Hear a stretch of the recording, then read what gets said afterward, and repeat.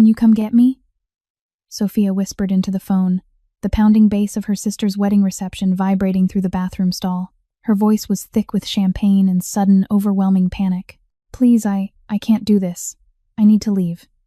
Now. A heavy silence stretched across the line, thicker than the expensive cigar smoke she imagined, filled his office. When he spoke, the voice was a low, terrifying rumble that sent ice water through her veins. It wasn't her safe, predictable ex-boyfriend. Who is this? Matteo asked, the danger in his tone unmistakable. And how did you get this private number? Sophia's phone slipped from her sweaty grip. She hadn't called Mark. She had dialed a ghost. The bathroom stall was a claustrophobic box of marble and fake jasmine scent. Sophia leaned her forehead against the cool, unforgiving tile, the rhythmic thumping of the wedding band playing some awful pop song echoing through the heavy wooden door. She clutched her phone like a lifeline, her knuckles white. The screen, cracked in the upper corner, glowed accusingly in the dim light. She squeezed her eyes shut, trying to banish the dizzying spin in her head. The champagne, too much champagne, too fast, had promised numbing relief. But instead, it had amplified everything. It amplified the suffocating pressure of her sister's perfect day, the glaring emptiness where her own life was supposed to be, and the sudden, crushing realization that she was completely alone. She needed an out, a familiar, uncomplicated escape hatch. She needed Mark. Good, boring, dependable Mark. She fumbled with the phone, her thumb clumsy as she scrolled through her contacts. The blurry letters swam together. M-A-R. She jammed her finger onto the screen, hitting dial before she could second-guess the impulse. The phone rang once, twice. The sound was a sharp, grating noise against her ear. Then the connection clicked open. Can you come get me? Sophia whispered. Her voice sounded thin, fragile. A stark contrast to the booming bass outside. Please, I can't do this. I need to leave. Now. She waited for Mark's inevitable sigh. The exasperated pause before he agreed. The predictable safety of his irritated compliance. But the silence that answered her wasn't Mark's. It wasn't the silence of someone mildly annoyed. It was a dense, heavy silence. It felt like walking into a dark room and knowing, with primal certainty, that someone else was there, watching. When the voice finally came, it felt like a physical blow. It was low, resonant, carrying a terrifying authority that made the hairs on her arms stand up. It vibrated with a dangerous, quiet power. Who is this? The voice asked. It wasn't a question. It was an interrogation. And how did you get this private number? Sophia gasped, the sound loud and jagged in the small space. Her heart slammed against her ribs, a frantic bird trapped in a cage. The phone slipped from her sweaty grip, clattering against the marble floor. It landed face up, the call duration ticking upward, a relentless counter of her mistake. She stared at it, paralyzed. She knew that voice. It was a voice she hadn't heard in 5 years. A voice she had tried, and failed, to scrub from her memory. It was the voice that haunted her nightmares and, much to her shame, sometimes her waking dreams. It was Matteo. Panic, cold and sharp, replaced the champagne haze. How? How had she dialed him?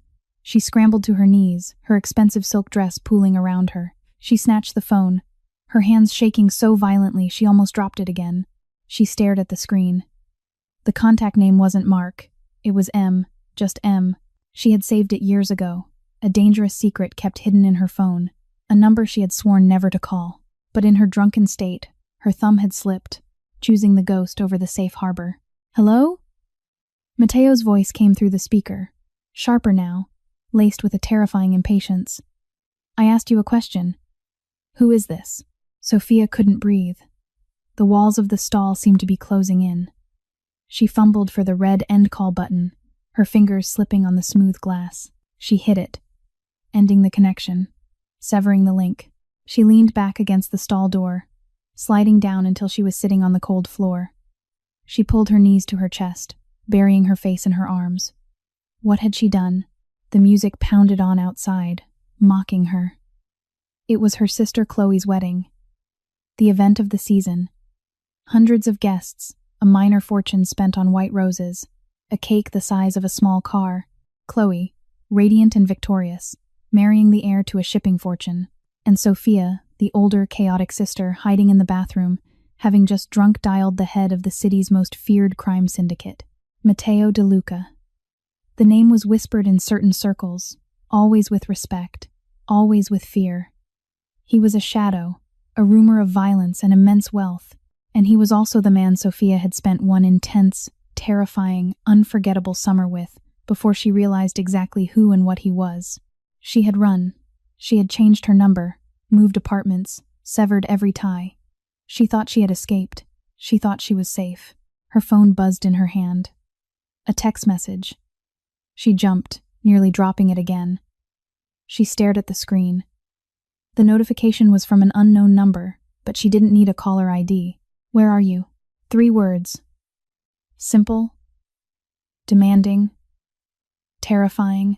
Sophia's breath hitched. He knew. He knew it was her. The 5 years of silence, the careful distance she had maintained, shattered in an instant. The champagne churned violently in her stomach. She typed back, her fingers clumsy and frantic. Wrong number. Sorry. She hit send, praying it would be enough.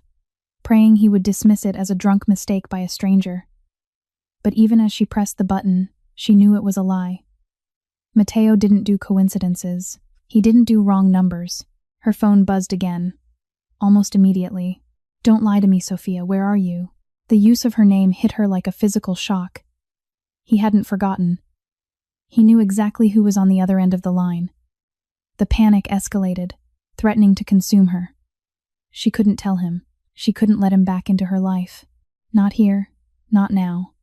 Not when she had finally managed to build a semblance of normality, however fragile. She thought of Chloe, dancing out there under the crystal chandeliers, completely oblivious to the danger her sister had just invited into their world. Chloe's perfect day. Sophia couldn't ruin it. She couldn't bring the darkness of Matteo De Luca into this pristine white celebration. She typed quickly. I'm fine.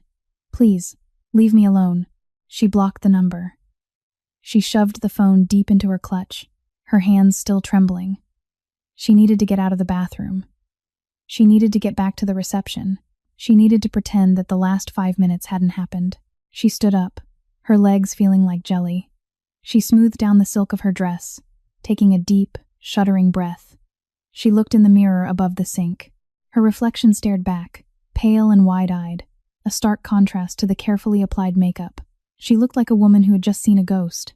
She splashed cold water on her face, careful not to ruin her mascara. She patted her skin dry, forcing herself to take slow, deep breaths. She had to hold it together. Just for a few more hours. She pushed open the heavy bathroom door, the noise of the reception hitting her like a physical force. The music, the laughter, the clinking of glasses. It was overwhelming. She stepped out into the opulent hallway, the thick carpet muffling her footsteps. She felt exposed, vulnerable. Every shadow seemed to hold a threat. She scanned the crowd, looking for a familiar face, a safe haven. She saw her mother, holding court near the ice sculpture, a glass of champagne in her hand, her smile sharp and practiced. She saw Chloe, laughing, her head thrown back, the diamonds at her throat glittering. They were safe. They were oblivious. Sophia started walking towards the edge of the ballroom, sticking to the shadows. She needed air. She needed to think. She needed to figure out how to handle the terrifying reality that Matteo De Luca had found her. She reached the heavy French doors that led out to the terrace. The cool night air hit her, a welcome relief from the stifling heat of the ballroom. She stepped outside, closing the doors behind her, shutting out the noise and the light. The terrace was empty, the stone balustrade overlooking a manicured garden. Sophia walked over to the edge, leaning her hands against the cool stone. She looked out into the darkness, her mind racing. What did he want? Why had he answered? Why hadn't he just ignored the call? The questions spiraled in her head, unanswered, terrifying. She had stirred a sleeping dragon, and now she had no idea how to protect herself from the fire. She closed her eyes, the memory of his voice echoing in her head. Don't lie to me, Sophia. The danger, the authority, the undeniable pull that had drawn her to him in the first place. It was still there, potent and terrifying. She had made a mistake. A terrible, reckless mistake. And she knew with sickening certainty that the consequences were going to be devastating. The silence of the terrace was suddenly broken. It wasn't the music from the ballroom, but a different sound. A sound that made her blood run cold. It was the crunch of tires on gravel. Slowly, deliberately, a sleek, black car pulled into the driveway below the terrace. Sophia froze, her breath catching in her throat. She watched, paralyzed by fear, as the car stopped. The headlights cut through the darkness, illuminating the manicured lawn. The engine purred, a low, menacing sound. The driver's side door opened. A figure stepped out, tall, broad-shouldered, silhouetted against the light. Even from this distance, even in the darkness, she knew who it was. The posture, the stillness, the quiet authority. It was Matteo. And he had found her. Sophia couldn't move. Her hands gripped the stone balustrade so tightly her knuckles ached, the rough texture grinding into her palms. Below, the figure stood perfectly still beside the sleek black sedan. The headlights threw long, dramatic shadows across the manicured gravel of the country club's driveway. He didn't look up, but she knew she was there. It was that unsettling, almost predatory awareness he always possessed. The air, previously cool and refreshing, now felt heavy, suffocating. The thumping bass from the ballroom behind her seemed distant, a trivial soundtrack to the very real danger that had just parked in the driveway. This wasn't supposed to happen. He was a ghost, a nightmare locked away in the darkest corner of her mind. He wasn't supposed to materialize at her sister's ostentatious wedding reception. She watched, her heart hammering a frantic rhythm against her ribs, as a second figure emerged from the passenger side. Smaller, stockier, moving with a practiced, alert tension. A bodyguard. Of course. Matteo De Luca never traveled alone. The reality of who he was, what he represented, crashed over her anew. This wasn't just an ex-boyfriend showing up uninvited. This was a man who commanded fear, a man whose presence in this pristine, affluent setting was a jarring, terrifying anomaly. Matteo raised a hand, a sharp, decisive gesture. The bodyguard nodded, melting back into the shadows near the car. Matteo then turned, his gaze lifting towards the terrace. Even in the gloom, Sophia felt the weight of that stare. It was a physical pressure, pinning her in place. She wanted to run, to scramble back into the crowded, noisy safety of the ballroom, to hide behind her mother's social armor or her sister's oblivious joy. But her legs refused to cooperate. She was trapped, a deer caught in the headlights of his relentless focus. He began to walk towards the stone staircase that led up to the terrace. His movements were fluid, deliberate, lacking any sense of hurry or hesitation. He moved like a man who owned the ground he walked on, a man accustomed to the world bending to his will.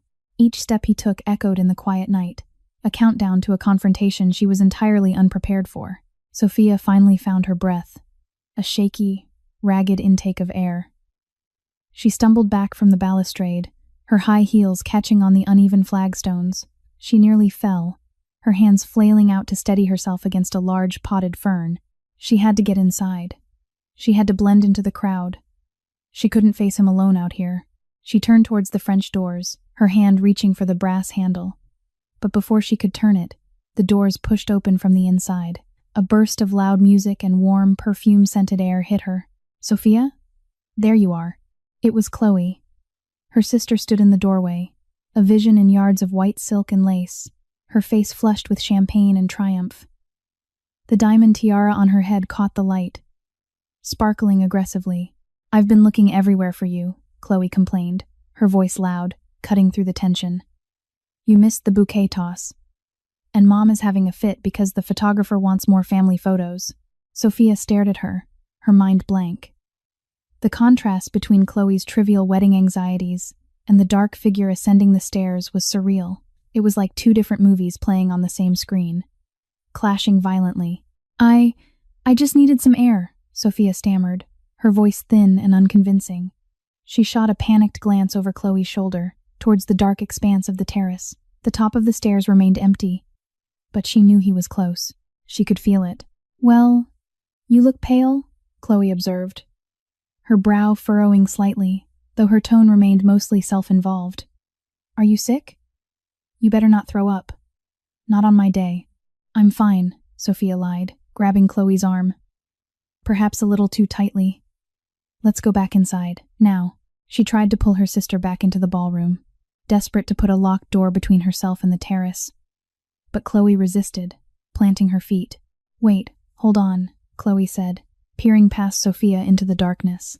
Who is that? Sophia's stomach dropped. She didn't need to look. She knew exactly who Chloe was looking at. The temperature on the terrace seemed to plummet by 10 degrees. Matteo stepped into the pool of light spilling from the French doors.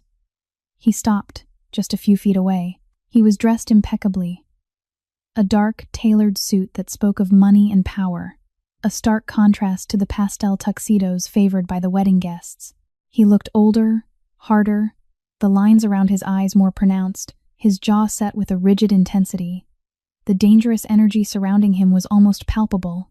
Chloe gasped, taking a step back, her hand instinctively going to her throat.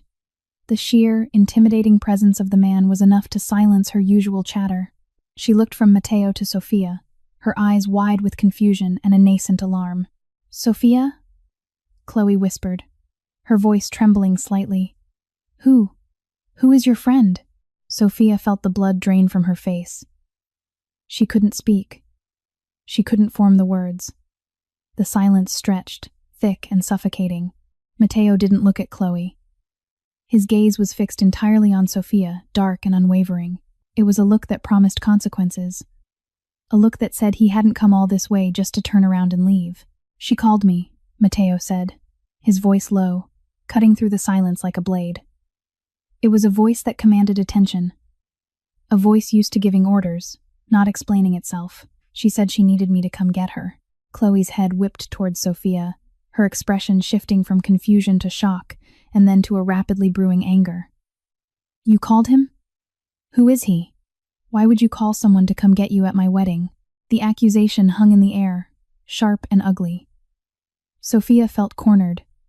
She was trapped between her sister's rising hysteria and Matteo's cold, implacable presence.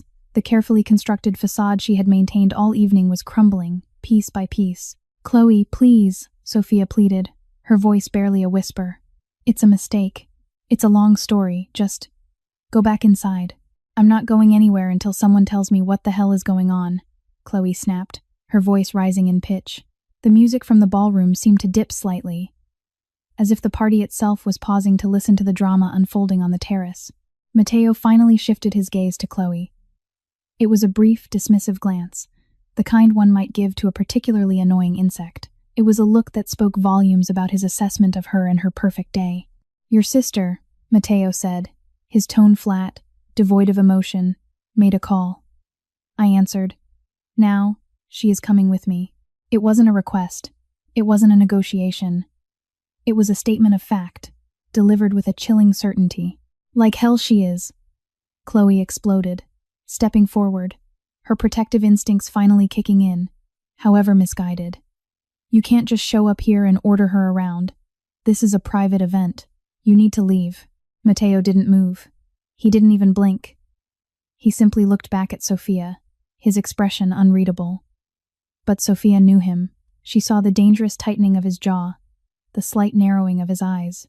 Chloe was playing with fire, oblivious to the fact that she was challenging a man who could burn her world to the ground with a single phone call.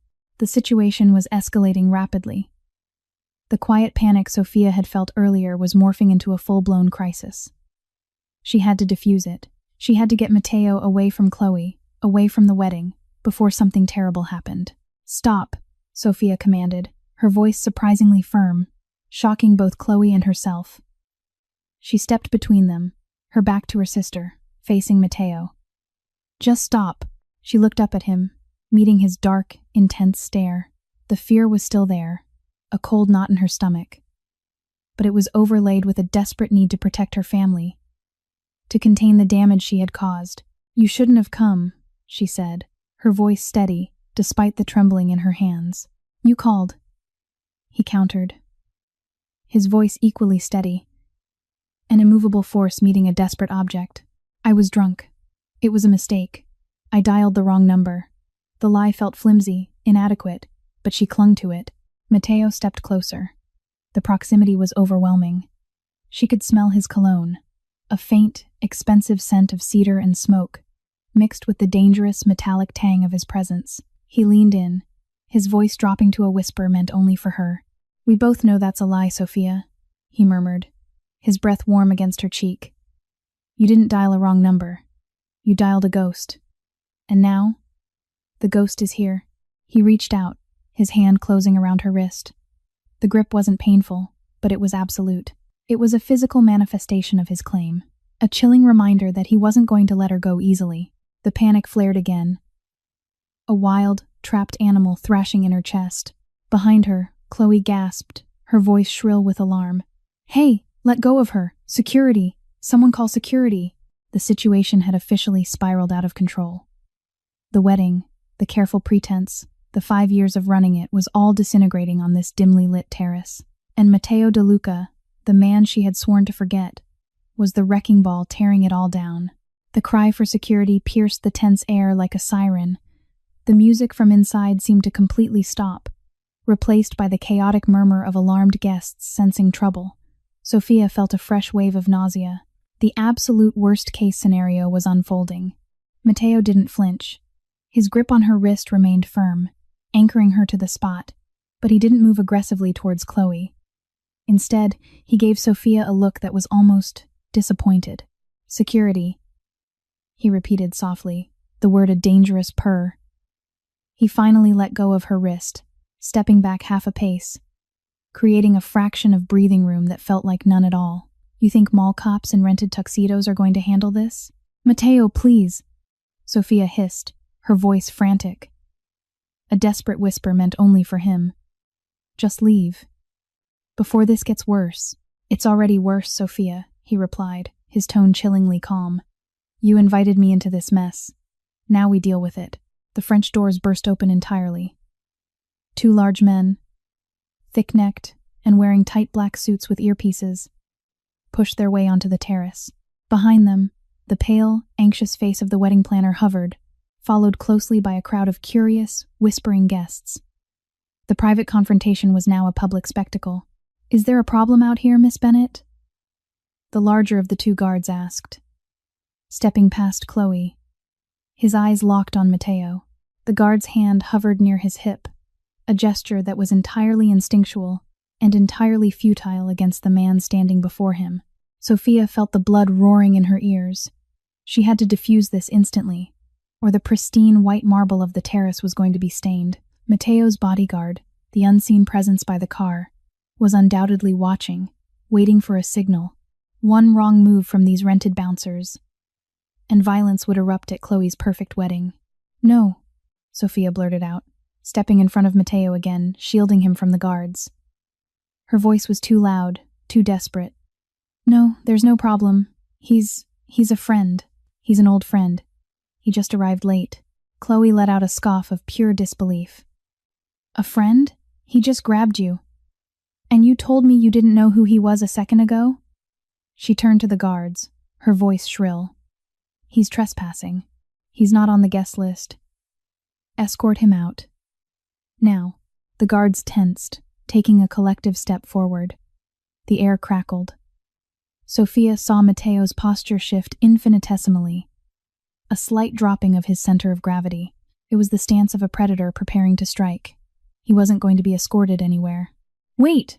Sophia yelled, throwing her hands up, stepping closer to the guards, effectively putting herself between them and Matteo. "Chloe, stop it. Just stop. He really is a friend, a very old friend. We had a misunderstanding. Please. Just give us 5 minutes." She turned to the guards, trying to project a calm authority she absolutely didn't possess. "It's fine. Really. I apologize for the commotion. We just need a moment alone to clear this up." The guards hesitated, exchanging a look. They were hired to keep the peace, not start brawls with guests' friends, especially when the guest in question was the bride's sister. They looked to Chloe for confirmation. Chloe's face was a mask of fury and confusion. Her perfect day was being hijacked. But she saw the sheer terror in Sophia's eyes, a genuine naked panic that she hadn't seen in years. It gave her pause. 5 minutes, Chloe snapped, her voice trembling with barely controlled rage. She pointed a sharp, manicured finger at Sophia. 5 minutes, and then he leaves. Or I call the actual police. And you, Sophia, have a lot of explaining to do. She turned on her heel, the silk of her dress swirling around her, and stormed back inside, pushing through the cluster of gawking guests. The guards gave Matteo one last, lingering look before following her, leaving the terrace slightly less crowded but no less tense. The wedding planner hastily pulled the French doors shut, attempting to muffle the awkward silence that had descended on the patio. Sophia let out a long, ragged exhale, her shoulders slumping. The immediate threat of violence had passed, but the real danger remained. She turned slowly to face Matteo. He hadn't moved. He watched her with an inscrutable expression, his dark eyes analyzing every tremor, every faltered breath. He seemed entirely unfazed by the near altercation, treating the angry sister and the rented muscle as minor, predictable inconveniences. A friend, he mused, the corner of his mouth twitching upwards in a humorless smile. That's a generous promotion. 5 years ago, I believe your exact words were monster, the memory of their final argument, the terrifying realization of what he truly was, slammed into her. The shame and the fear resurfaced, bitter and potent. Why are you here, Matteo? She asked, her voice tight, devoid of the frantic energy from moments before. She felt exhausted, stripped bare. What do you want? He didn't answer immediately. He took a slow step towards her, closing the distance she had carefully maintained. He stopped just out of arm's reach. You called me, Sophia, he reminded her, his voice a low rumble. You asked me to come get you. The panic in your voice, it wasn't a wrong number. You were scared. He was dissecting her, cutting through her lies with terrifying precision. He knew her too well. Even after 5 years, he could still read her like an open book. I was drunk, she repeated, clinging to the only defense she had left, however flimsy. I panicked. I was trying to call Mark. My ex-boyfriend. He's safe. He's normal. I didn't mean to call you. Matteo's expression darkened slightly at the mention of another man, a flicker of something primal and dangerous crossing his features before he expertly suppressed it. Mark, he repeated, the name tasting sour in his mouth. Safe. Normal. Boring. He took another step closer. But you didn't call Mark, did you? When the panic hit, when you felt trapped in that bathroom, your instincts didn't reach for safe. They reached for me. It was a mistake, she insisted, her voice rising in frustration. My thumb slipped. I haven't thought about you in 5 years. You're a ghost, Matteo. You're a closed chapter. He reached out then, faster than she could track, his hand cupping her jaw. His touch was warm, surprisingly gentle, a jarring contrast to the cold fear pooling in her stomach. His thumb lightly brushed her cheekbone. If I'm a closed chapter, Sophia, he murmured, his face inches from hers, his dark eyes boring into hers. Why do you still have my private number saved under M? The question stopped her dead. The air rushed out of her lungs. He knew. Of course, he knew. He noticed everything. He had seen the screen of her phone, perhaps when she dropped it, perhaps he had simply deduced it. It didn't matter. The lie was exposed, raw and undeniable. She tried to pull away, but his grip on her jaw tightened fractionally, holding her in place, not hurting her, but demanding her attention. You ran from me, he said, his voice dropping lower, a dangerous intimacy in his tone. You disappeared into the night like a thief.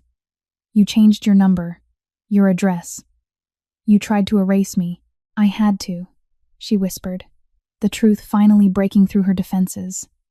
You lied to me, about who you were, about what you did. I never lied, he countered, his gaze unwavering. I just didn't tell you everything. There is a difference. A difference? She choked out a bitter laugh. You run an organized crime syndicate, Matteo. You hurt people. You kill people. That's not a detail you just leave out on a first date. The blunt words hung in the air, stark and ugly against the backdrop of the elegant wedding. For a moment, a shadow passed over his face, a flicker of something that looked almost like regret, before the cold, impassive mask slammed back into place. "I am who I am," he stated, his voice flat, resolute. "I never pretended to be anything else. But you loved me anyway, Sophia. Before you knew, and even after you knew. That's why you ran. Not because you hated me, but because you were terrified of how much you didn't care." He let go of her jaw, taking a step back, the sudden loss of contact leaving her feeling strangely untethered. He reached into his jacket pocket, pulling out a sleek silver lighter and a single cigarette.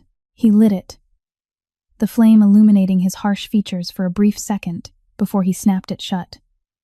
He took a slow drag, exhaling the smoke into the cool night air. 5 minutes are almost up, he noted, his voice calm, pragmatic. The volatile energy had shifted.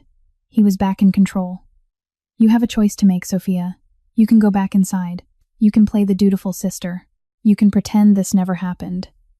And I will leave." He paused, looking at her through the haze of smoke. "Or," he continued, the single word hanging heavy with implication, "you can walk down those stairs with me. You called me because you wanted an escape. I'm offering it, but if you walk away with me tonight, you don't get to run again." The offer lay between them, a dangerous, tempting trap. The music from the ballroom swelled, a jarring reminder of the life she was supposed to be living. Inside was safety, predictability, and a suffocating emptiness. Outside, standing before her, was danger, chaos, and the only man who had ever truly seen her. "What are you saying, Mateo?" she asked, her voice trembling. "Are you kidnapping me?" He chuckled, a low, dark sound, devoid of humor. "Kidnapping implies you don't want to go. I'm simply answering your call, Sophia. You asked me to come get you. I'm here. Now, do you want to be found, or do you want to stay lost?" The choice was terrifying. It was a choice between two different kinds of prisons. She looked back at the closed French doors, imagining Chloe's fury, her mother's disappointment, the endless, hollow charade of her life. Then she looked at Mateo, the embodiment of everything she had run from, offering a hand out of the very trap she had built for herself. The 5 minutes were up. The silence on the terrace was heavy, broken only by the distant, muffled thump of the wedding bass and the quiet hiss of Mateo's cigarette. Sophia stood paralyzed, trapped in the crosshairs of an impossible choice. Go back inside. Face Chloe's wrath. Explain away the terrifying man in the expensive suit. Return to the hollow shell of her life, pretending she hadn't just dialed the devil for salvation, or walk down the stairs. Step into the sleek black car. Surrender the hard-won, fragile safety she had built over 5 years. Accept the terrifying reality that the past she ran from was the only thing that felt real. Mateo watched her, his expression unreadable, a statue carved from shadows and smoke. He offered no further coercion, no promises, no threats. The choice was entirely hers. That was the most terrifying part. He wasn't forcing her. He was simply opening a door she had locked long ago. The French doors rattled sharply. Someone was trying the handle from the inside. "Sophia!" Chloe's voice, muffled but sharp with impatience, bled through the glass. "The 5 minutes are up. Open this door right now." The demand shattered the stillness. The fragile bubble of isolation on the terrace burst. Reality, harsh and demanding, was crashing back in. Sophia looked at the shaking door handle, panic flaring anew. She couldn't face them. She couldn't explain this. Not right now. Not with her head spinning and her heart hammering a frantic rhythm against her ribs. The thought of walking back into that glaring, artificially lit ballroom, facing the judging eyes of hundreds of people who knew her only as the chaotic, less successful older sister, felt like a physical impossibility. She turned back to Mateo. He had already dropped his cigarette, grinding it out methodically beneath the heel of his polished shoe. He didn't look at the rattling doors. He kept his gaze fixed on her, waiting. The decision crystallized in an instant, born of sheer, desperate panic rather than any rational thought process. She didn't choose Mateo over safety. She chose flight over the immediate, suffocating pressure of the wedding. She needed to escape, and he was the only vehicle offering a way out. She didn't speak. She just nodded. A sharp, jerky movement. A flicker of something satisfaction, perhaps, or grim acceptance crossed Mateo's features. He didn't smile. He simply turned, his movements fluid and decisive, and began to descend the stone staircase towards the waiting car. Sophia hesitated for a fraction of a second, her hand hovering near the fabric of her expensive silk dress. Then, she turned her back on the rattling French doors, on her sister's demands, on the life she was supposed to lead. She hurried after him, her heels clicking rapidly on the stone steps, an erratic counterpoint to his measured stride. As she reached the bottom step, the heavy oak front doors of the country club, located further down the building's facade, swung open. A security guard, one of the real ones, not the rented wedding muscle, stepped out, speaking rapidly into a walkie-talkie. He spotted them immediately. "Hey, you there, stop," he yelled, his voice echoing across the gravel driveway. He began to jog towards them, his hand resting on his utility belt. Matteo didn't alter his pace. He didn't even glance towards the guard. He reached the black sedan, the rear door already swinging open, held by the stocky bodyguard who had materialized from the shadows. "Get in," Matteo commanded softly, his voice cutting through the rising clamor. Sophia practically threw herself into the cavernous, leather-scented interior of the car. She scrambled across the seat, pulling her dress in after her, her breath coming in ragged gasps. The sheer insanity of what she was doing hit her with the force of a physical blow. She was fleeing her sister's wedding in a getaway car driven by a mafia boss. Matteo slid in beside her with smooth, practiced efficiency. The bodyguard slammed the door shut, the sound a heavy, definitive thud that sealed them inside a dark, quiet world. The chaos outside instantly became muted. "Go," Matteo ordered, his voice crisp. The bodyguard, already behind the wheel, gunned the engine. The powerful car surged forward, tires spitting gravel, as it accelerated smoothly down the long, winding driveway. Sophia pressed herself back into the plush leather, her hands gripping the edge of the seat. She looked out the tinted window. The brightly lit country club was receding rapidly in the distance. She saw the security guard running futilely after them. A small, impotent figure swallowed by the darkness. She had done it. She had run away. Again. The silence inside the car was different from the silence on the terrace. It was dense, pressurized, thick with unspoken questions and the heavy weight of consequence. Matteo sat rigidly beside her, staring straight ahead, his profile a sharp silhouette against the passing streetlights. He didn't look at her. He didn't offer any reassurance or demand any explanation. He had answered her call, he had extracted her, and now the rules of engagement had fundamentally shifted. "Where are we going?" she finally asked, her voice trembling, sounding small and frail in the quiet space. Matteo didn't turn his head. "Away," he answered simply. "Away where, Matteo?" "I need to know. I need to—" she faltered, the panic rising again. "My purse. My keys. I left everything inside. I don't even have a coat." The absurdity of her concerns, keys and a coat when she had just willingly climbed into a car with a known criminal, struck her. But she clung to them. They were tangible, normal problems in a situation that had gone completely off the rails. Matteo sighed. A subtle shifting of air that felt more like impatience than sympathy. "Your belongings are immaterial right now, Sophia. You are safe. That is what matters." "Safe?" she echoed, a hysterical note creeping into her voice. She turned to look at him, her fear morphing into a sudden, defensive anger. "Safe? I am sitting in a car with a man who runs an illegal empire. A man I spent 5 years hiding from. In what universe am I safe?" He finally turned to look at her. The streetlights passing outside briefly illuminated his face, casting harsh shadows across his features. His eyes were cold, assessing. "You are safe," he repeated, his voice dropping an octave, a low, dangerous rumble that commanded silence. "Because I say you are. You asked me to come get you. I did. You are under my protection now. No one will touch you. I don't need your protection." She snapped, the anger overriding the fear, if only for a moment. "I needed a ride. I needed to get away from the wedding. I didn't ask to be inducted into your world." Matteo leaned closer, the sudden proximity suffocating. The faint scent of smoke and expensive cologne washed over her again. "You don't get to choose which parts of me you summon, Sophia," he said softly, his words precise and cutting. "You dialed the number. You knew who would answer. You don't get to play the terrified victim now. You made a choice. I was drunk, she repeated, the excuse feeling more threadbare with every use. Drunk words are sober thoughts, he countered, dismissing her defense with a brutal simplicity. You were overwhelmed. You felt trapped. And when the walls closed in, you didn't reach for your safe, boring life. You reached for the danger. You reached for me. He leaned back, putting distance between them, though the air remained thick with tension. The real question, Sophia, isn't why I came, he continued, staring out the front window. The real question is what you were running from so desperately that you preferred the devil you knew to the life you had built. The question hit her hard, a sharp jab to a bruised ego. What was she running from? The wedding, yes. The suffocating expectations of her family, absolutely.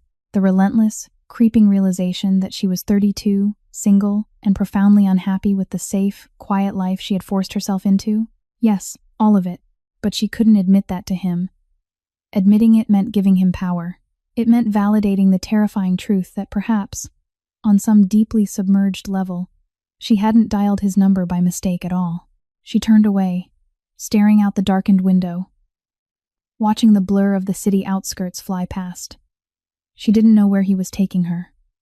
She didn't know what would happen when they got there. The panic, sharp and cold, settled deep in her bones. She had escaped one cage, only to lock herself willingly inside another. And this time, she wasn't sure she wanted the key. The sleek black sedan swallowed the miles, moving with a silent, predatory grace through the sleeping city. The route was convoluted, a deliberate maze of side streets and sudden turns designed to lose any potential tails, though Sophia doubted anyone was following them besides the lingering ghosts of her own panic. The earlier anger had evaporated, leaving behind a cold, settling dread. The adrenaline was crashing, and the reality of her impulsive decision was solidifying with every passing street lamp. She was in his world now. The familiar city outside the tinted glass felt alien, distorted by the context of who she was sitting next to. Matteo remained silent, his presence a heavy, gravitational force in the confined space. He was working his phone, the screen casting a pale, bluish light on his harsh features. He fired off brief, encrypted messages, his thumb moving with practiced efficiency. He was managing an empire while she was trying to manage her breathing. "Where are we?" she finally asked, the silence becoming unbearable. The city limits had faded, replaced by darker, less populated roads that snaked towards the hills overlooking the bay. "A secure location," Matteo replied smoothly, not looking up from his screen. "A place where you can sleep it off and we can decide what happens next." "Decide what happens next?" The panic spiked again. "I'm going home, Matteo. As soon as it's daylight, I'm getting a cab and going back to my apartment." He finally lowered the phone, turning his head slowly to look at her. The look wasn't angry. It was pitying, which was somehow worse. It was the look one might give a child who stubbornly insisted the sky was green. "You're not going back to your apartment, Sophia," he stated, his tone matter-of-fact, a terrifying statement of reality delivered without inflection. "Excuse me?" Her voice rose, shrill and thin. "You can't keep me against my will. That's kidnapping.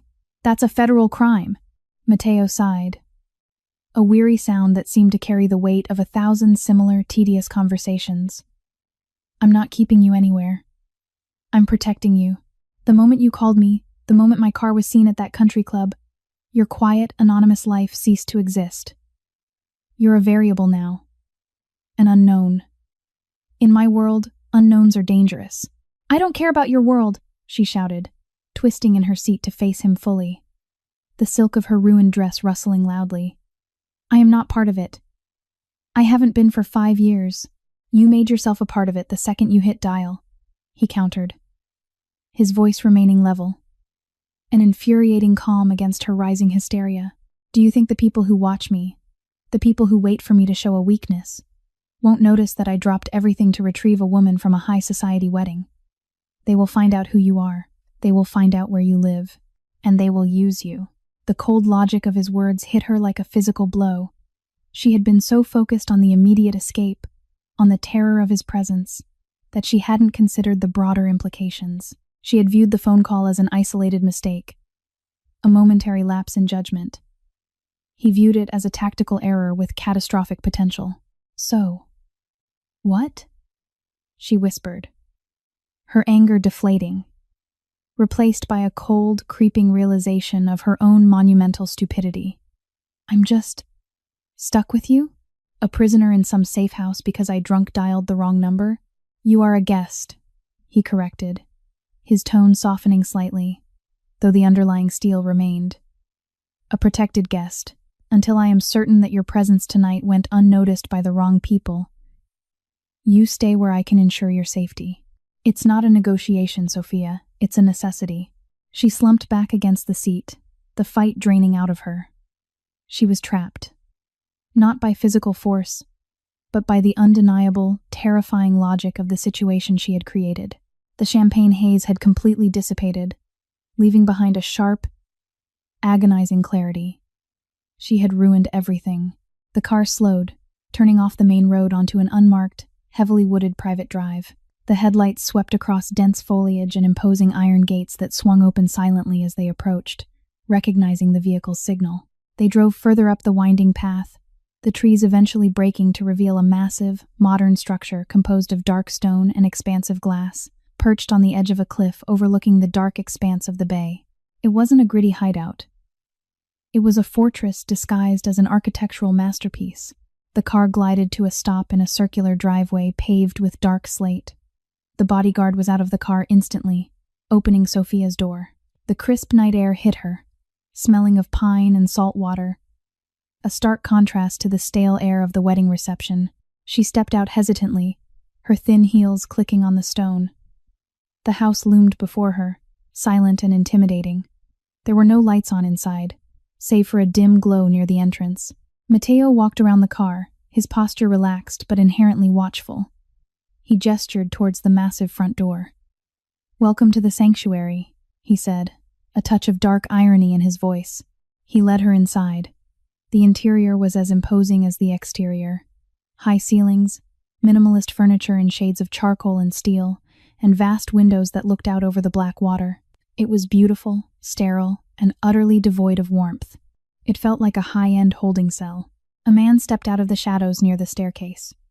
He was older, sharply dressed, moving with a quiet efficiency that marked him as another cog in Matteo's machine. "Sir," the man said with a slight bow of his head, "everything is secure.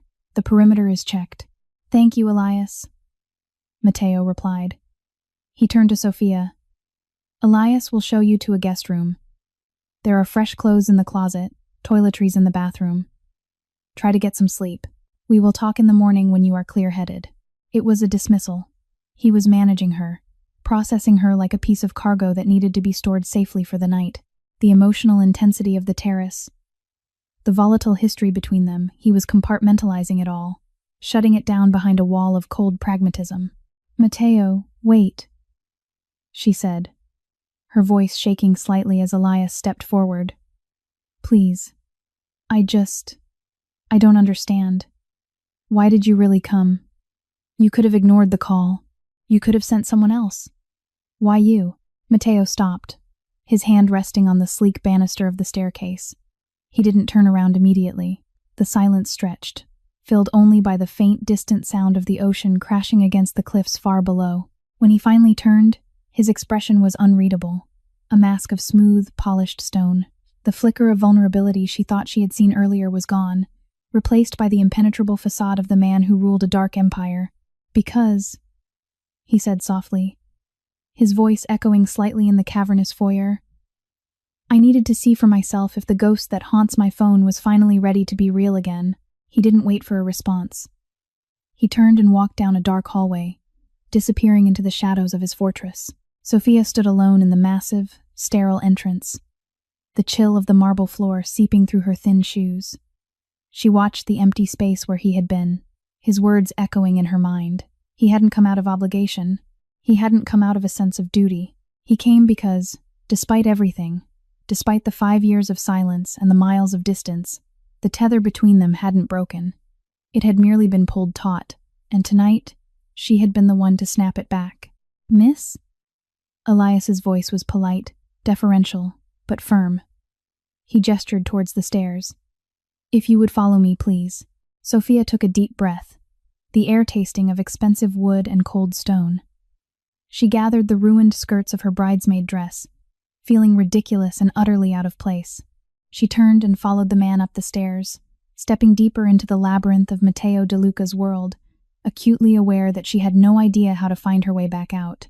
The sunlight was agonizing. It sliced through the gap in the heavy blackout curtains, a brilliant, mocking laser beam that landed directly on Sophia's closed eyelids. She groaned, pulling the thick, expensive duvet over her head. Her mouth tasted like old pennies and regret, and her skull throbbed with a slow, rhythmic vengeance. The champagne had exacted its toll. Memory returned not in a flood, but in sharp, jarring fragments. The claustrophobic bathroom stall, the cracked phone screen, the terrifying rumble of Matteo's voice, the confrontation on the terrace, the sleek black car, the fortress on the cliff. She threw the duvet off, sitting up abruptly. A wave of nausea hit her, forcing her to close her eyes and breathe through her mouth until the room stopped spinning. She looked around. The guest room was immaculate, devoid of personality, decorated in the same sterile, high-end minimalism as the rest of the house. Charcoal walls, a massive bed with white linens, a heavy oak dresser. It looked like a hotel room designed for a very rich, very dangerous ghost. Her bridesmaid dress, a crumpled puddle of ruined silk, lay on a chair in the corner.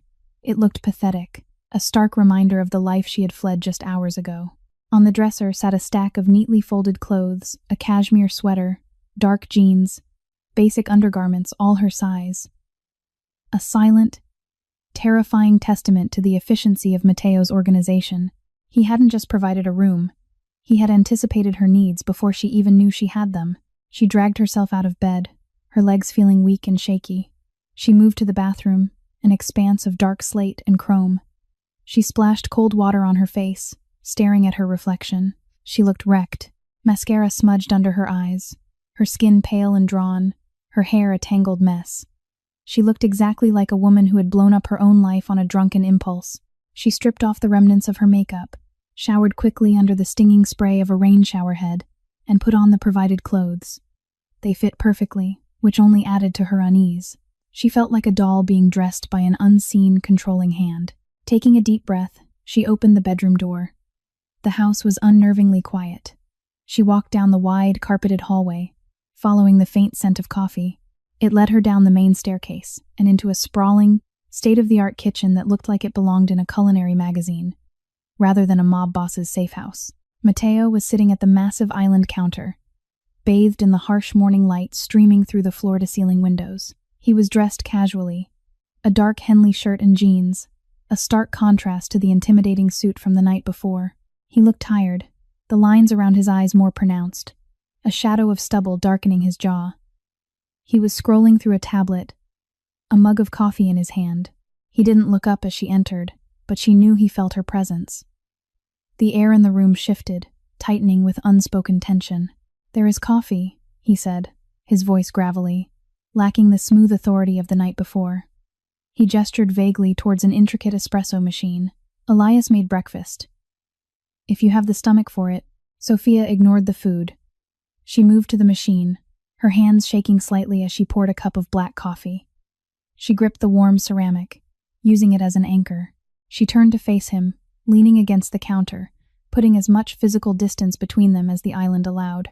"I need my phone," she demanded, her voice hoarse but determined. "I need to call my sister. I need to tell her I'm okay." Matteo finally looked up from the tablet. His eyes were dark, unreadable, but they lacked the cold, predatory focus of the previous night. He looked almost weary. "Your phone is secure," he replied evenly.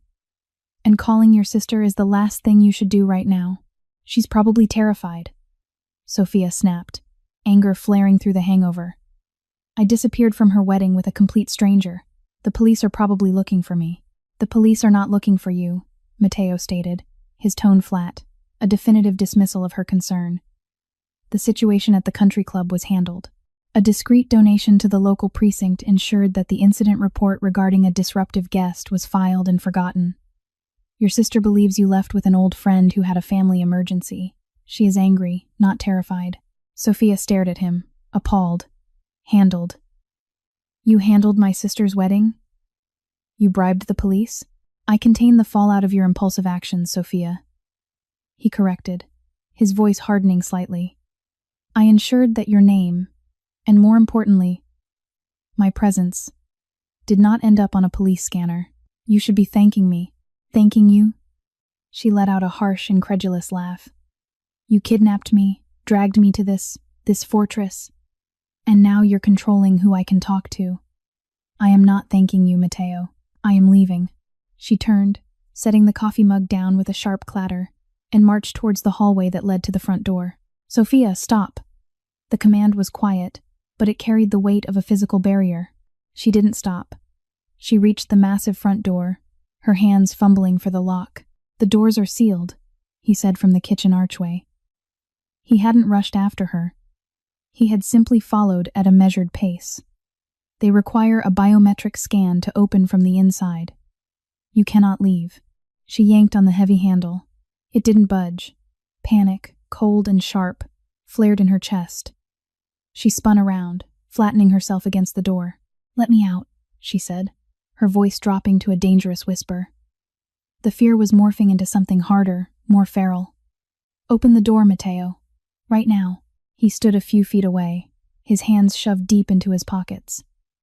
He looked completely unbothered by her panic, which only fueled her anger. I told you last night, he said patiently, as if explaining a simple concept to a slow child. You are an unknown variable now, until I can guarantee that my enemies haven't connected you to me. You stay here. It is for your own safety. Stop saying that, she yelled, the sound echoing harshly in the minimalist space. Stop using my safety as an excuse to control me. This isn't about protection. This is about power. It's about you not liking that I got away 5 years ago. And now you've found a convenient excuse to lock me up. A muscle ticked in his jaw. The calm facade cracked slightly, revealing the dangerous volatility simmering beneath. You think this is a game? He asked, his voice dangerously low, dropping an octave. He took a slow step towards her. You think I want you here, disrupting my life, forcing me to clean up your messes? Do you have any idea the risk I took, driving into that country club last night? Then why did you? She shot back, refusing to back down, her own anger mirroring his. Why didn't you just ignore the call? Why didn't you let me deal with my own mistake? He stopped, inches from her, the sheer physical presence of him overwhelming. The faint scent of coffee and that ever-present edge of danger surrounded her. Because you asked me to come get you, he gritted out, his dark eyes blazing with an intensity that made her breath catch. Because for 5 years I've had your number blocked, unblocked, deleted, and memorized again. Because when I heard your voice, terrified and panicking, I didn't think. I reacted. The confession hung in the air, raw and unexpected. It wasn't a declaration of love. It was an admission of a lingering, unwilling obsession. He was as trapped by their history as she was. He raised a hand, his fingers hovering inches from her face before he pulled them back, curling his hand into a fist at his side. You are not a prisoner, Sophia, he said, his voice tight with controlled emotion. But you are not leaving today. You will stay here. You will eat. You will rest. And while you do that, my people will ensure that the trail you blazed last night is utterly erased. Once I am satisfied that you are not a target, you can walk out that door, and I will never answer your call again. He turned on his heel and walked away, his heavy footsteps echoing on the stone floor, retreating deeper into the house. Sophia slid down the heavy oak door until she was sitting on the floor, her knees pulled to her chest. She was trapped, not by a locked door, but by the terrifying reality of the world she had stumbled back into. And the even more terrifying realization that the man who controlled it was still profoundly, dangerously tethered to her. The ghost wasn't just real. He was keeping her captive. And part of her, the part she hated the most, wasn't entirely sure she wanted to escape. The next 48 hours blurred into a tense, suffocating purgatory. The safe house, despite its breathtaking views and luxurious amenities, felt progressively smaller. Sophia paced the expanse of the living room like a caged animal, the rhythmic click of her bare feet on the hardwood the only sound competing with the distant crash of the ocean. Matteo was a ghost within his own fortress. He spent hours locked in an office down the hall, his voice an indistinct, low rumble vibrating through the walls during endless, presumably intense phone calls. When they did occupy the same space, brief, uncomfortable meals prepared by the silent, ever-present Elias, the silence between them was dense, heavy with unspoken accusations and unresolved history. He treated her with a cold, formal courtesy that felt more alienating than his anger. He was managing a crisis, and she was the volatile package sitting in the middle of it. On the afternoon of the third day, the suffocating routine broke. Sophia was sitting on the expansive deck, wrapped in a thick wool blanket against the biting sea breeze, staring blankly at the horizon. The sound of the sliding glass door opening made her stiffen. She didn't turn around, knowing the heavy tread belonged to Matteo. He walked to the railing, standing a few feet away, staring out at the same bleak expanse of gray water. He held a thick manila folder in his hand. "The situation is contained," he announced, his voice flat, devoid of triumph or relief. "The security footage from the country club has been erased. The guards have been heavily incentivized to forget what they saw.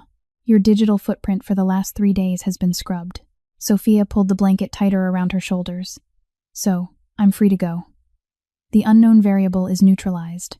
Matteo didn't answer immediately. He tapped the thick folder against the metal railing, a rhythmic, unsettling sound. "The immediate threat you caused is neutralized. The broader issue is more complicated." She finally turned to look at him, her brow furrowing. "What broader issue?" "You said my trail was erased. You said I wasn't a target. You weren't," he corrected, his dark eyes locking onto hers, the intensity returning, sharp and focused. "But in the process of ensuring your safety, in looking into the life you built while hiding from me, my people found something else." He held out the folder. Sophia stared at it, a cold dread pooling in her stomach. She didn't want to take it. She didn't want to know what his people had dug up. Her life for the past 5 years had been aggressively boring. What could they possibly have found? Reluctantly, she reached out, her fingers brushing his as she took the heavy file. The contact sent a jolt, a jarring reminder of the electricity that always hummed between them. Even now, even buried under layers of anger and fear. She opened the folder. The first page was a financial dossier. Her name, her modest apartment address, her bank statements. She frowned, flipping the page. The next document was different. It wasn't hers. It was a detailed profile on Mark Henderson, her safe, boring, predictable ex-boyfriend. The man she thought she was calling when she dialed the devil instead. "Why do you have a file on Mark?" she demanded, her voice rising in defense. "He has nothing to do with this. Leave him alone. Keep reading," Matteo instructed, his tone cold, unyielding. She flipped to the next page. It was a series of photographs, grainy surveillance shots. Mark, sitting in a dimly lit diner across from a man Sophia didn't recognize. Mark, handing over a thick manila envelope. Mark, looking nervous, looking over his shoulder. The pages that followed were financial records, not Mark's legitimate salary from his accounting firm, but offshore accounts, shell companies, massive, inexplicable deposits. The final document was a summary report, stamped "confidential" in stark red letters. Sophia skimmed the text, her eyes widening as the words registered. Money laundering, embezzlement, ties to a mid-level distribution ring operating out of the city's docks. The paper trembled in her hands. The safe, boring accountant she had dated for 2 years. The man she had almost married because he was the antithesis of Matteo De Luca, was deeply embedded in the very world she had run away to escape. This is a mistake," she stammered, the words hollow even to her own ears. "This is fake. You fabricated this to what? Justify keeping me here? To make yourself look better?" Matteo let out a harsh, bitter laugh. "Fabricate it? Why would I waste the resources? The man is a low-level cleaner for the Rossi family. He's sloppy, he's greedy, and he's currently under investigation by 3 different federal agencies." He took a step closer, the anger he had been tightly controlling finally bleeding into his voice. "You ran from me because I was a monster. You wanted normal. You wanted safe. And you ran straight into the arms of a petty criminal who would have sold you out the second the feds squeezed him." The revelation hit her like a physical blow. Her entire reality, the careful narrative she had constructed for 5 years, shattered into a million jagged pieces. She had convinced herself her choices were righteous, a necessary flight towards safety. But she hadn't escaped the darkness. She had merely traded a powerful, honest predator for a weak, deceitful parasite. She sank back into the deck chair, the folder slipping from her grasp and scattering across the wooden planks. The photographs of Mark, the financial ledgers, fluttered in the sea breeze, mocking her naivety.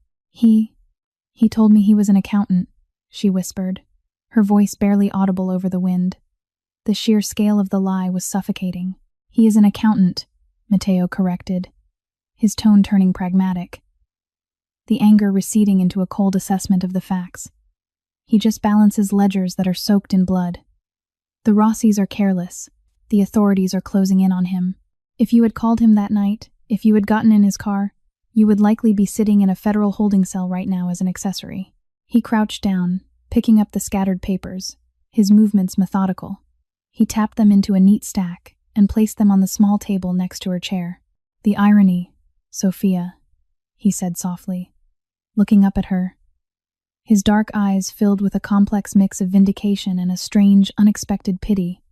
Is that the drunken mistake you made, dialing the monster you spent 5 years running from, is the only reason you aren't currently caught in the crossfire of a federal takedown? He stood up, looking down at her broken, bewildered form. The truth had finally landed. Devastating and absolute. You called me to save you from a wedding, Matteo said, his voice dropping to a low, intimate rumble. But it turns out, I saved you from a much larger disaster. The life you thought was safe, the man you thought was normal. It was all an illusion. The only real thing you've touched in 5 years was the phone call you made to me. He didn't wait for a response. He turned and walked back inside, the heavy glass door sliding shut with a definitive thud, leaving Sophia alone on the deck with the shattered remains of her life, and the terrifying realization that the only man who had ever told her the truth was the one she feared the most. The revelation about Mark didn't just break Sophia's carefully constructed reality, it obliterated it. She spent the next day in a numb, detached silence. The safe house no longer felt like a prison. It felt like a quarantine zone, a sterile environment holding her together while the infection of her old life burned itself out. She avoided Matteo. The shame was too acute. She had judged him, condemned him, and run from him, only to sprint headlong into a smaller, grubbier version of his world, entirely blind to the deception. Her righteous indignation was gone, replaced by a profound, humiliating clarity. He had been right. She had chosen safety over truth, and she had gotten neither. Late that evening, as a storm battered the coastline, throwing violent spray against the reinforced glass windows of the living room, Matteo finally sought her out. He found her sitting on the plush rug near the fireplace, staring blankly into the dancing flames, the folder containing Mark's dossier lying untouched on the coffee table. He poured 2 glasses of amber liquid from a crystal decanter, handed her one, and sat heavily in the leather armchair opposite her. The storm is getting worse, he observed, his voice neutral. A safe, mundane opening to a conversation that was anything but. Sophia accepted the glass, her fingers brushing his. She didn't recoil this time. She took a slow sip. It was expensive whiskey, burning a smooth path down her throat, grounding her. How long have you known? She asked, her gaze fixed on the fire. About Mark. My people finalized the report yesterday, he answered, swirling the liquid in his glass. But I suspected within hours of your arrival.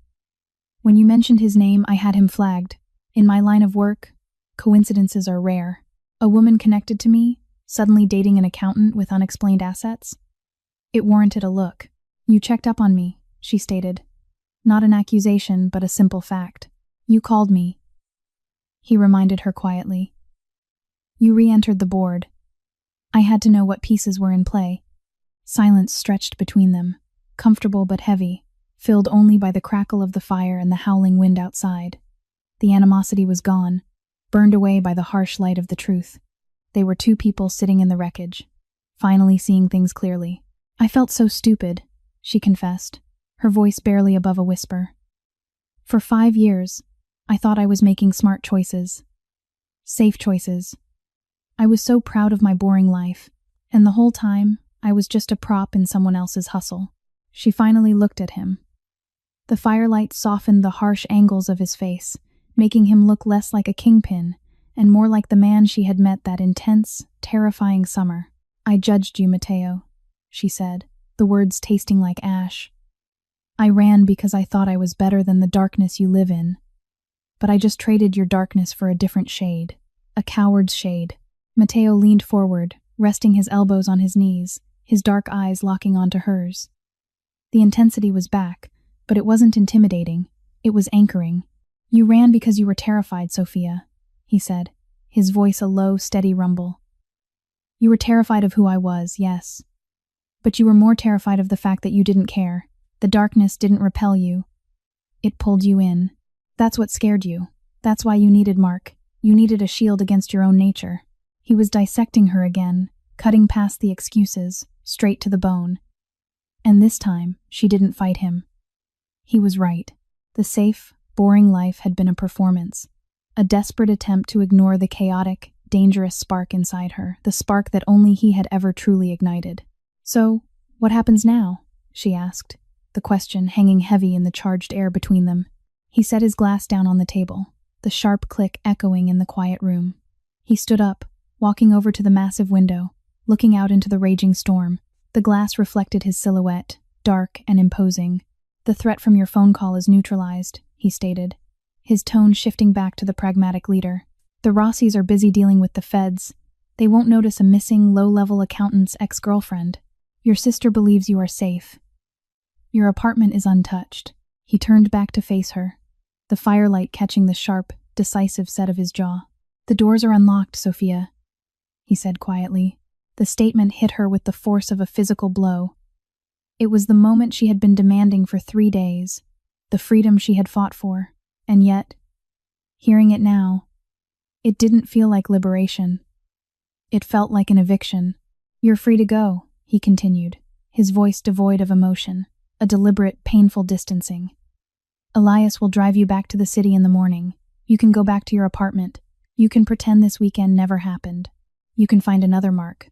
A real one this time." He was offering her the escape hatch again, the easy out. He was giving her back the life she had claimed to want. Sophia stared at him, the silence stretching taut, vibrating with the sudden, terrifying weight of the choice before her. Go back. Return to the hollow shell of normality. Live a life built on safety and small lies, constantly running from the truth she had just discovered. Or stay. Stay in the fortress on the cliff.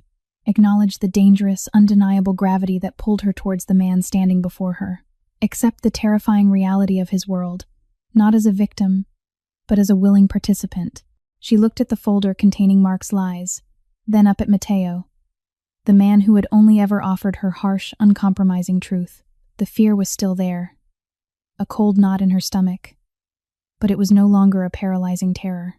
It was the sharp, exhilarating fear of standing on the edge of a precipice, knowing that jumping was the only way to truly live. Slowly, deliberately, she stood up. She didn't look towards the hallway that led to the front door. She walked towards the window, towards the dark figure silhouetted against the storm. She stopped inches from him, the proximity sparking that familiar, dangerous electricity. She looked up, meeting his intense, guarded stare. "I don't want to go back," she said, her voice steady, surprisingly strong. "I don't want to pretend anymore." A flicker of something profound relief. Hunger, a dark, terrifying joy crossed Mateo's features. He didn't speak. He reached out, his hand cupping her face, his thumb tracing the line of her jaw, exactly as he had done on the terrace. But this time, it wasn't a claim of ownership. It was a question. "Are you sure, Sophia?" he murmured, his voice thick with emotion he rarely allowed to surface. "If you stay, there is no running away again. This world, it doesn't let you go twice." She leaned into his touch, the warmth of his hand a stark contrast to the cold storm raging outside. The hidden truth was finally out in the open, raw and undeniable. She hadn't dialed a wrong number. She had called for the only rescue she truly wanted. "I'm not running, Mateo," she whispered, her gaze unwavering. "I'm exactly where I'm supposed to be." He didn't hesitate. He pulled her against him, his mouth crashing down on hers, fierce and demanding. The kiss was a collision, an explosion of 5 years of suppressed tension, fear, and undeniable, dangerous desire.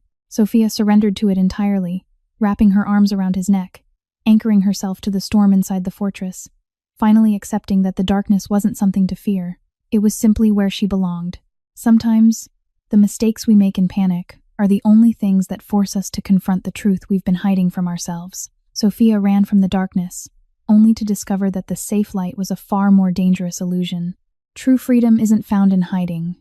It's found in standing in your own truth, however terrifying that truth might be. Did you expect that twist?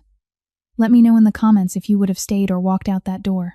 If you enjoyed this cinematic plunge into hidden truths and dangerous choices, please like this video, share it with your friends who love a dramatic twist, and subscribe for more intense, story-driven content.